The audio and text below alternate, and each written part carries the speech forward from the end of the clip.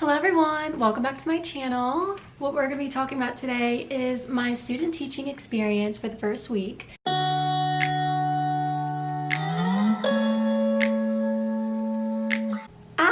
It's here, y'all. I finally am a student teacher. I switched majors about, it would have been 3 years ago.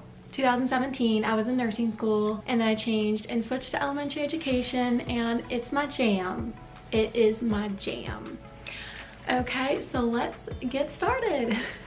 Alright, so first I got placed for a second grade classroom. Now, you don't get to choose what school you go to, but they do place you based on your preference, whether you went lower or upper elementary. And so I got placed, I don't know if I can tell you the school, so I won't tell you the school, it doesn't really matter, but I got second grade. My mentor teacher is literally awesome. She's kind of like me. She loves nature and adventure, and she's really positive with her students, so we get along very well. Okay, so some of the tasks that we do, we are basically in charge of, okay, so for our program for LSU, have a certain number of hours for observing, participating, and teaching. Observing hours would be you just watching the teacher as she's teaching and watching her method, and then participating would be you going up and helping the students, walking around, assisting a teacher with making copies or classroom management. So participation is you actually going and helping the teacher, and then observing is you just literally sitting in a chair and watching. And then we also have to have another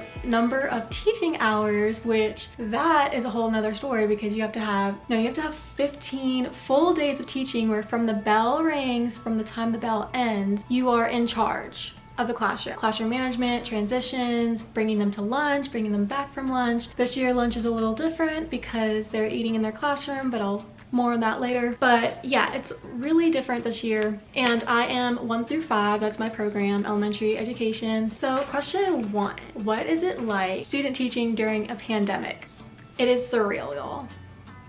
It's just, that's it. It's just so strange, because when I was in elementary school, masks on your face wasn't even a thing. Like, I didn't think that would even be a thing. And so just imagining what it's like for these students, I mean, by now it seems a little normal to them, but at first they were probably really scared. And we did read that first day jitters, which probably pertains a lot this season. So we read first day jitters on the first day because the teachers are nervous and the students are nervous, especially with all the changes this year. It was just so uncertain. We didn't know how it was gonna run or how it was gonna be. So yeah, it was a challenge. It was a challenge. We had to have them 6 feet apart.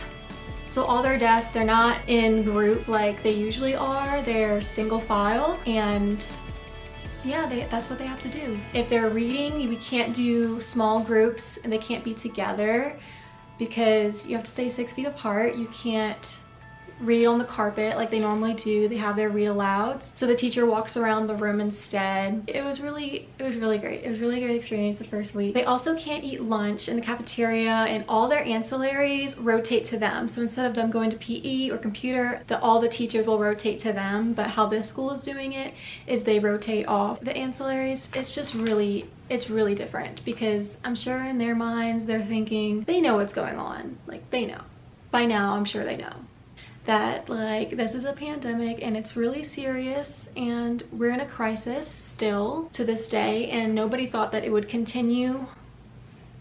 We're in March and we're pushing past summer, and here school is. The kids have to go to school. We're dealing with it. We're making the best out of it, even through these tough times. But it's gonna be okay. It's gonna be okay. I have found my Dharma, y'all. Do you know what a Dharma is? It's your purpose in life.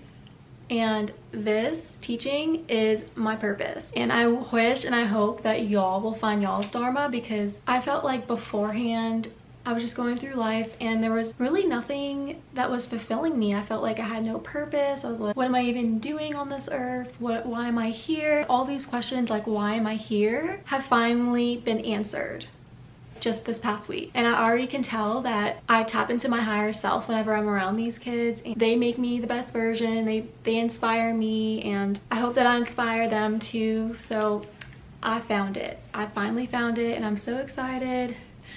It's gonna make me tear up, but I'm gonna wait on that. I'm gonna wait. But yeah, I found it, and But it's crazy. It's crazy. It's kind of like when you know. That husband, when you know. When you know you found your purpose, you know. That's all I'm going to say about that.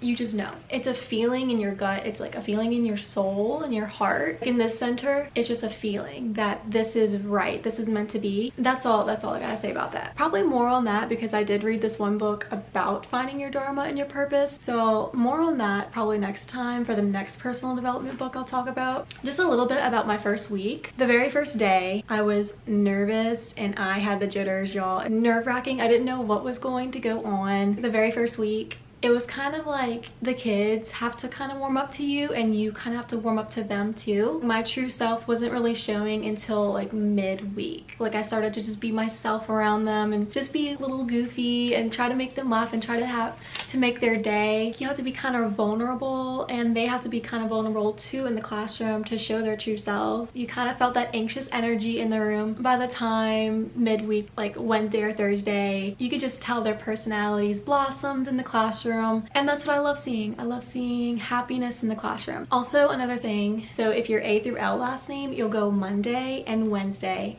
and the rest of the last names will go Tuesday and Thursday, and then everybody's virtual on Fridays. So that's how our schedule goes, and it's kind of like a repeat. So whatever you do on Monday, you do again on Tuesday. Normal circumstances for student teaching, this wouldn't be a thing because this is COVID and all these new changes.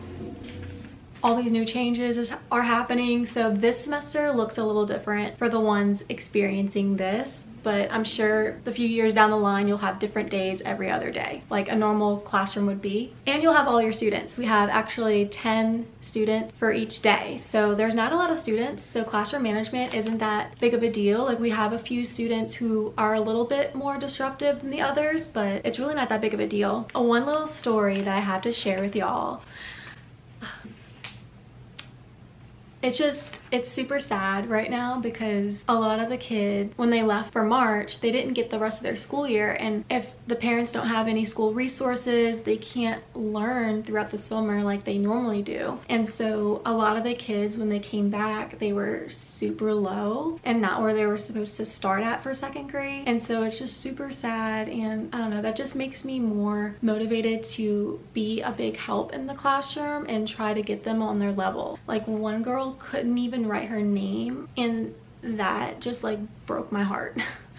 It really broke my heart to see that, because that is just such a foundational thing to have. By the time you're in second grade, kids at least know how to spell their name. And we showed this one student the name on a cup to just copy, and she couldn't even do that. So it was just really heartbreaking. So there was some heartbreaking moments even on the first week, but there was also really a lot of uplifting and happy moments. There is a little bit of downside to teaching because you get to, when your students are sad, then you're sad too, and you kind of bring on that sadness. But also, like, they have such big personalities and so much stories to tell, and I just love hearing all of them. Love hearing all of them. But here are some tips.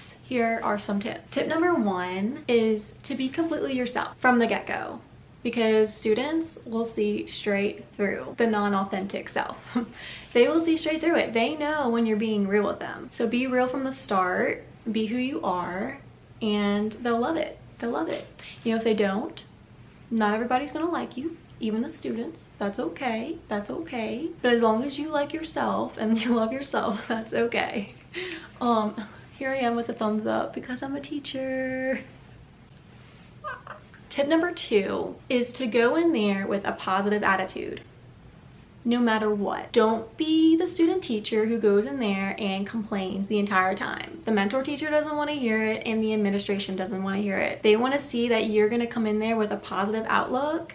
And think of this as a little job interview. The whole entire year you're there, and the administration is seeing how you're interacting with others. The mentor teacher is seeing how you're interacting with the students. This can be a potential job for the future. Act like it's a job interview, a continuous job interview. So that's what I have to say about that. Always have a smile. And you know, teaching is you're kind of like a little actor for a lot of it. You gotta be the one in the classroom who has it all together and is happy and uplifts. Like, if you're not the one who's got a lot of energy in the classroom, how do you expect your students to be energetic about their learning at all?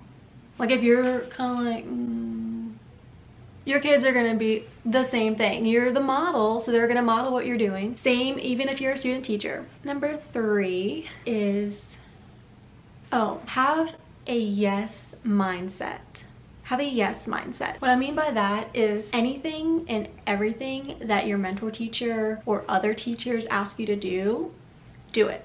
No matter what. They are having their own things to go through and stuff to get done, and you are there to help them no matter who asks you for it. You know, so one of the teachers asked me to make copies for their classroom. I didn't even think twice about it. I was just like, oh, of course, I'll do it. Have that help mentality. This is a chance to prove yourself. So if you're gonna prove yourself, go all in. Go all in and just be as helpful as you can. Ask, and don't be the one to just be really shy and stand back. Put yourself out there and just help and do the very best that you can and as much as you can, because you only have so much of a practice run. Like, this is a practice kind of, I mean, you're still the teacher. You're not a full-time teacher yet, and this is your chance to show what you've got and to practice. Stand up and participate as much in the classroom and help around as much as you can so that you get the best out of this experience. A little update on next week though.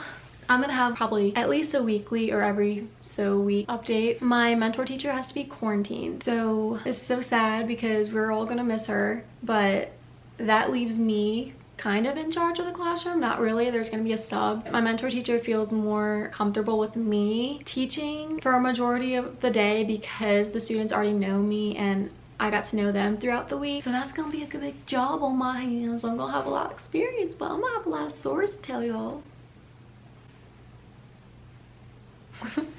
Okay, that's all I got to say about that. Those are my 3 or 4 tips. I don't really remember how many I gave you, but I will probably correct myself somewhere over here. Thank you so much for watching, and comment below what experience you had as a student teacher and what tips you would give other people, including myself, because I love tips. I love receiving tips too. Anyway, I will see y'all in the next video. Bye!